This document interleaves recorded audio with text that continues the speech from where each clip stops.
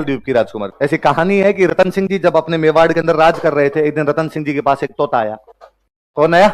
और उस तोते ने आकर रतन सिंह जी यहां से 7 समंदर पार जैकलिन फर्नांडिस रहती है, वो श्रीलंका की है। कहां की है जैकलिन? कहां की है? श्रीलंका। तो कहा वो रहती है और इतनी सुंदर है, इतनी सुंदर है क्या ही बताऊं आपको, और आपको उससे ब्याह कर लेना चाहिए। और रतन सिंह जी उस तोते के पीछे पीछे चले गए। रुपए टक्के ज्यादा लेके नहीं गए थे, वहां जाते रुपए पैसे खत्म हो गए, श्रीलंका की राजकुमारी दिखी नहीं उनको। तो अब क्या करें वहां पे? तो कहते वहां सन्यासी बन गए, जोगी बन गए। 7 साल तक वहां जोगी के वेश में, सन्यासी के वेश में इधर उधर घूमते रहे। 7 साल बाद एक दिन गंधर्व से इनकी नजर रतन सिंह पर पड़ी और उन्होंने कहा कि यार जेंटलमैन, तुम शकल सूरत से तो थोड़े रॉयल फैमिली के बंदे से लगते हो, अच्छे परिवार के लगते हो, और ऐसे इस युवा अवस्था के अंदर भरी जवानी में सन्यास धारण करने का क्या कारण है तुम्हारे? और रतन सिंह ने कहा साहब, मेरा सन्यास का कारण आपके महलों के अंदर मौजूद है। गंधर्व सेन को इस बात का पता चला। गंधर्व सेन बेचारा बड़ा राजी हुआ। भाई श्रीलंका के राजा की क्या औकात की मेवाड़ के राजा को मना करे, और उसने अपनी बेटी पद्मिनी की शादी किसके साथ कर दी? रतन सिंह। रतन सिंह जी हंसी खुशी अपने घर वापस लौट के आ गए, अपना हंसी खुशी पद्मिनी के साथ जीवन यापन कर रहे थे। रतन सिंह के दरबार में एक पंडित जी रहते थे, जिन पंडित जी का नाम था राघव चेतन। पंडित जी का नाम क्या था? किसके दरबार में? रतन सिंह। विद्वान व्यक्ति थे। कहते हैं एक दिन इन्होंने रानी पद्मिनी को देख लिया और देखते पंडित जी नीचे गिर गए। रतन सिंह जी को ये बात पता चली। उन्होंने कहा पंडित जी, दूसरों की लुगाइयों भी थी, खोटी खोटी नीत आप, और आज के बाद दरबार में दिखे ना मैं टांगे तोड़ दूंगा, भग यहां से। पंडित जी ने कहा हो जाता है यार कई बार इसके अंदर, थप्पड़ मारूंगा और भग यहां से। और पंडित जी को दरबार से निकाल दिया। पंडित जी की बेइज्जती भी। तो बंदा कहां जाए? तो दुश्मन का दुश्मन दोस्त होता है। तो पंडित जी चले गए अलाउद्दीन खिलजी के पास। अलाउद्दीन खिलजी भी विद्वान आदमियों को तो इज्जत हर जगह हो भाई। अलाउद्दीन आ रहे, अरे पंडित जी आगे आओ, आगे सबसे आगे बैठो, पीछे कहां बैठ गए, आगे आओ और बताओ क्या हालचाल आपके? पंडित जी का मजे हैं, तू सुना अलाउद्दीन तेरे क्या है? तो अलाउद्दीन का मेरे तो खुद के मजे हैं। पंडित जी का तू बोला है, तेरे क्या मजे हैं? मजे रतन सिंह है।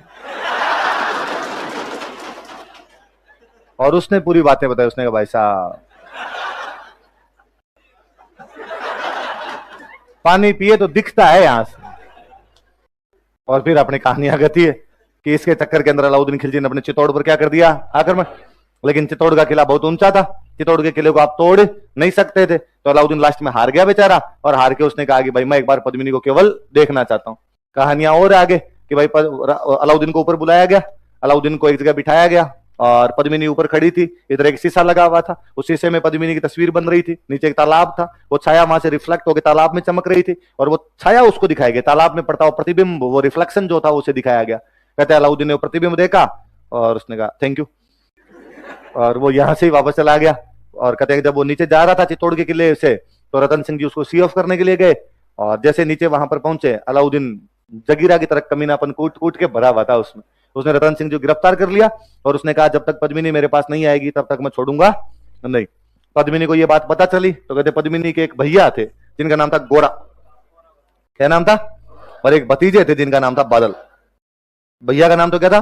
गोरा, और भतीजे का नाम बादल। तो उन्होंने अपने भाई, और ये दोनों आपस में भी चाचा भतीजा थे, इनको बुलाया, इनको बुला के कहा कि भाई अब राखी के बंधन के फर्ज को निभाने का समय आ चुका है और हमें क्या करना चाहिए। तो इन्होंने मिलकर प्लानिंग की। कहते पद्मिनी जितनी सुंदर थे उतने बुद्धिमान हुआ करते। अलाउद्दीन के पास मैसेज किया कि भाई पद्मिनी राजा रतन सिंह के पास आने के लिए तैयार है, लेकिन जब रानी पद्मिनी आएगी तो उनके साथ उनकी नौकरानियां और आएगी। तो अलाउद्दीन ने कहा ओ भेजो, तो क्या है उसमें। तो कहा कि भाई पहले वो महिलाएं घर से बाहर पैदल तो जाती नहीं थी, पालकियों में बैठ बैठ के जाती। एक पालकी को उठाने के लिए कितने बंदे थे? 4। तो 4 नीचे पालकी उठाने वाले सैनिक। सारी पालकियों में महिलाएं बिठाई नहीं, सबके अंदर सैनिक। ऐसे 100-150 पालकियां तैयार की। आगे आगे पालकी के अंदर पद्मिनी बैठी। अलाउद्दीन के कैंप के पास पहुंचे, वहां जाके फिर एक मैसेज किया कि पद्मिनी अंतिम बार राजा रतन सिंह से मिलना चाहती है, और पद्मिनी को मिलने के लिए भेजा गया। वहां पद्मिनी जितने सुंदर थे, जितने बुद्धिमान थे, उतने बहादुर थे, उतने वीर थे। और उन्होंने वहां पर जो 2, 5, 7, 10 बॉडीगार्ड खड़े थे उनको मार दिया और रतन सिंह को लेके वहां से निकल गई। ये बात जब तक अलाउद्दीन को पता चलता कि रानी पद्मिनी खुद तो गई, वो गई साथ में किसको ले गई, और ये जब तक लड़ने के लिए तैयार होते तब तक इनका मुकाबला करने के लिए सामने तैयार कौन खड़े थे? ऐसा कहा जाता उस लड़ाई में गोरा लड़ता हुआ कहां आ गया था? बादल अपनी सेना को पीछे लेता लेता चित्तौड़ के किले के अंदर घुस जाता है। अलाउद्दीन खिलजी अब खार खा गया भयंकर तरीके से। 8 महीने का घेरा डाल के चित्तौड़ के बाहर बैठा रहा। तब तक किले के अंदर का अनाज खत्म हो गया, किले के अंदर का पानी खत्म हो गया। अब और कोई तरीका नहीं था, भूख और प्यास से मरेंगे, इससे अच्छा तो क्या कर लिया जाए? साका। और कहते हैं रतन सिंह साका करते हैं, जिसमें रानी पद्मिनी जोहर कर लेती है और रतन सिंह ने क्या कर लिया था? केसरिया। ये चित्तौड़ का पहला साका था। चित्तौड़ का कौन सा साका था? 1303। कब किया गया था? 1303 ईस्वी के अंदर किया गया था। पल्ले बड़ी बात। तो पद्मिनी की सुंदरता के बारे में अलाउद्दीन को बताने वाला आदमी कौन था? बताया कि अपने राजस्थान में 2 किले सबसे महत्वपूर्ण थे, चित्तौड़ और रणथंभौर। कौन कौन से? अलाउद्दीन खिलजी 1301 में रणथंभौर जीत चुका था। स्वाभाविक रूप से उसका अगला निशाना कहां पर होगा? चित्तौड़। एक और बड़ी जोरदार चीज देखो, दिल्ली से गुजरात जाओगे तो आपको राजस्थान के अंदर से होकर जाना पड़ेगा। अलाउद्दीन खिलजी जब गुजरात पर अटैक करने के लिए जा रहा था, तब अपने यहाँ पे चित्तौड़ में राजा हुआ करते समर सिंह। चित्तौड़ में राजा कौन थे? रतन सिंह के पिताजी। रतन सिंह से ठीक पहले अपने राजा कौन थे? समर सिंह। ये समर सिंह वही है जिनको रणथंभौर वाला हमीर हरा के जाता है। हमने पढ़ा था रणथंभौर के हमीर ने मेवाड़ के समर सिंह, आबू के प्रताप सिंह, धार के भोज परमार सिंह और भीमरस के अर्जुन को हराया। पढ़ा था। ये समर सिंह वही है हमीर जिनको हरा के गया था, पर शक्तिशाली आदमी थे। ठीक है, हमीर से लड़ाई भी उसमें हार गए होंगे। अलाउद्दीन खिलजी जब गुजरात जा रहा था, तो आपको गुजरात जाना तो मेवाड़ के अंदर से होकर जाना पड़ेगा। मेवाड़ के अंदर से होकर जाना पड़ेगा, तो उसने समर सिंह से परमिशन मांगी। भाई किसी के घर के अंदर से होकर जाओगे परमिशन लेनी पड़ेगी। ये सर क्या मैं आपके मेवाड़ से होकर गुजर सकता हूं? उनका क्यों, कैसे गुजर सकता है तू? तो सर मैं तो गुजरात जा रहा था और आपको कुछ नुकसान नहीं पहुंचा। उसने कहा नुकसान पहुंचा है नहीं पहुंचा है, हमारे घर के अंदर से कैसे जा सकता है? सब क्या तरीका हो सकता है? तो टोल टैक्स लगेगा। क्या लगेगा? टोल टैक्स होता है, रास्ते से जाने पर आपको टैक्स देना पड़ता है। अलाउद्दीन का स्टाफ, भाई मैं राजा आप राजा, थोड़ा स्टाफ तो चलता ही है ना? ना कोई स्टाफ नहीं।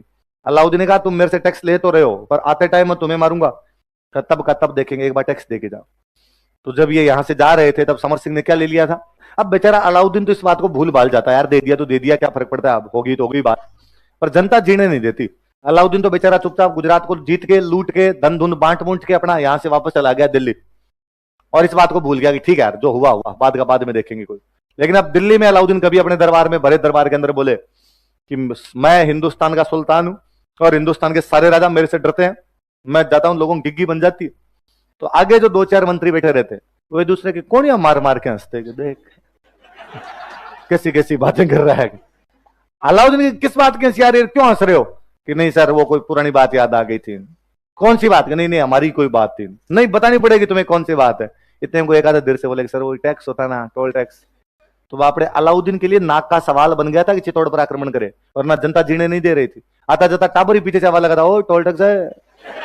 तो अलाउद्दीन को लग रहा था यार हर देश अपने पड़ोसियों को कमजोर बना के रखना चाहता है, हर देश अपने पड़ोसियों को नियंत्रित करके रखना चाहता है। अलाउद्दीन इस बात को कैसे सहन कर पाएगा कि मेवाड़ इतना शक्तिशाली हो जाएगी, दिल्ली से टैक्स ले ले। तो अलाउद्दीन मेवाड़ की बढ़ती हुई शक्तियों को नियंत्रित करना चाहिए। कारण है ना कि कोई भी राजा किसी पर आक्रमण करता है, इसका मतलब अपना साम्राज्य का विस्तार। और अलाउद्दीन खिलजी तो यार वो राजा था, मैंने कई बार बताया, इसने साउथ में भी अटैक कर दिए। तो साउथ में अटैक करेगा और नॉर्थ को तो जीत के जाएगा। और नॉर्थ के सबसे बड़े किले राजस्थान में तो अपने कौन से थे? रणथंभौर और चित्तौड़। और अगले ने जब रणथंभौर जीत लिया, तो स्वाभाविक रूप से अगला अटैक कहां पर करेगा? चित्तौड़। फिर बात है भाई चित्तौड़ में ऐसा क्या है? तो चित्तौड़ का किला सामरिक महत्व रखता है, और चित्तौड़ के किले पे कंट्रोल करके आप दिल्ली से मालवाड़, दिल्ली से गुजरात वाला जो ट्रेड रूट है उस पर क्या कर सकते हो? कंट्रोल। फिर दो बात, समर सिंह टैक्स ले लेता है, जैतर सिंह इल्तुतमिश को हरा के भगाता है, इसका मतलब चित्तौड़ की शक्तियां बढ़ रही है। तो कोई आदमी कभी नहीं चाहेगा कि पड़ोसी शक्तिशाली हो जाए। आई बात समझ में? मुख्य कारण तो ये है। और भारत में क्या, लोगों को हिस्ट्री नहीं पढ़नी होती, भारत में लोगों को मजे लेने होते हैं। तो फिर लोगों को लगता है असली कारण तो बताया नहीं। जैसे ये अभी कह रहा है सर पद्मिनी क्यों नहीं आई, लिख छठा कारण लिख, पद्मिनी की सुंदरता, वरना तेरा पेड़ दुखेगा शाम को। पद्मिनी की सुंदरता, ब्यूटी ऑफ पद्मिनी।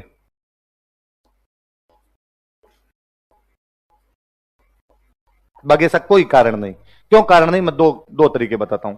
एक तो यदि हम कहें कि अलाउद्दीन ने पद्मिनी के लिए आक्रमण किया था, यदि इस बात को माना जाए, फिर कोई कहेगा यार अलाउद्दीन ने जालोर पर अटैक क्यों किया, सिवाना पर अटैक क्यों किया, रणथंभौर पर अटैक क्यों किया, और साउथ इंडिया पर अटैक क्यों किया?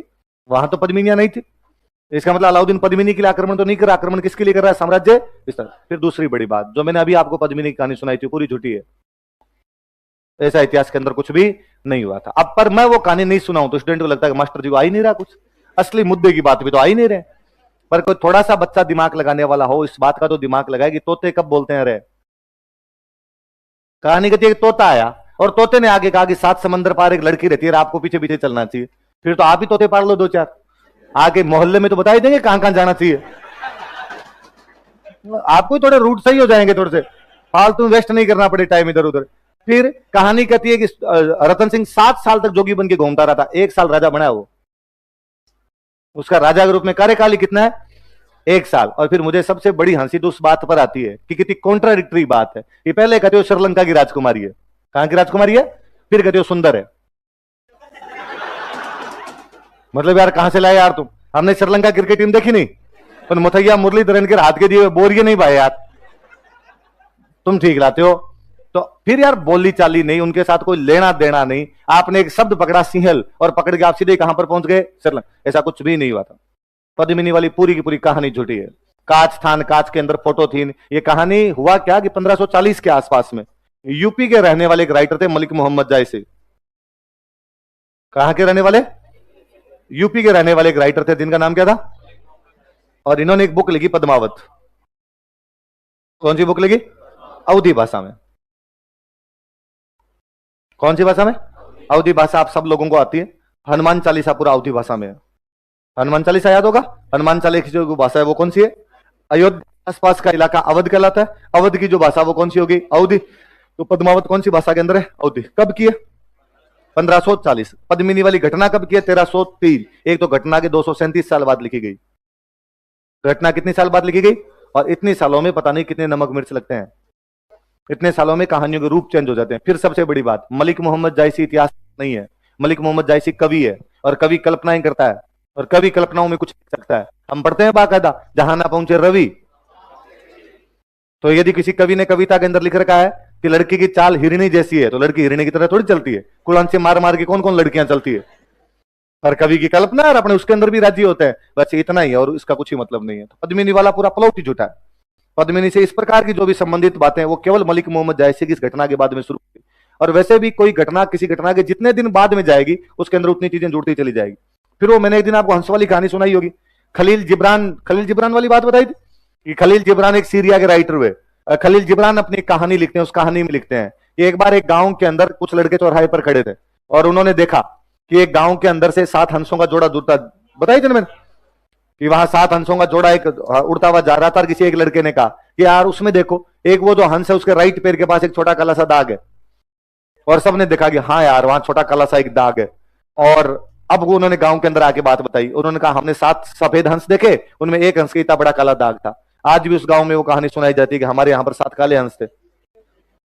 7 धीरे धीरे बढ़ते बढ़ते बढ़ते बढ़ते वो हो गए। वो मैं हमेशा कहता हूं कि मैंने अभी आपको पद्मिनी वाली कहानी सुनाई, मैंने आपको ये कहा भाई पद्मिनी सुंदर थी, उसके यहां से पानी दिखता था, ये बात बताई। आप घर पे जाके जब अपने रूममेट को सुनाते हो तो मेरे से 2 लगा के सुनाते हो, 2 नमक मिर्च अपनी तरफ से लगाते हो, आप कहते हो भाई साहब हो पूछ मत तू। अरे मैं बता ही नहीं सकता, वर्णन नहीं कर सकता। मैंने ऐसी कोई बातें नहीं बताई, पर आप बता दोगे। आपका फ्रेंड आगे जाके और अपने तरफ से इस्तेमाल करता होगा, भाई साहब इससे पहले ना तो कभी ऐसी सुंदरी हुई थी, ना कभी ऐसी होगी।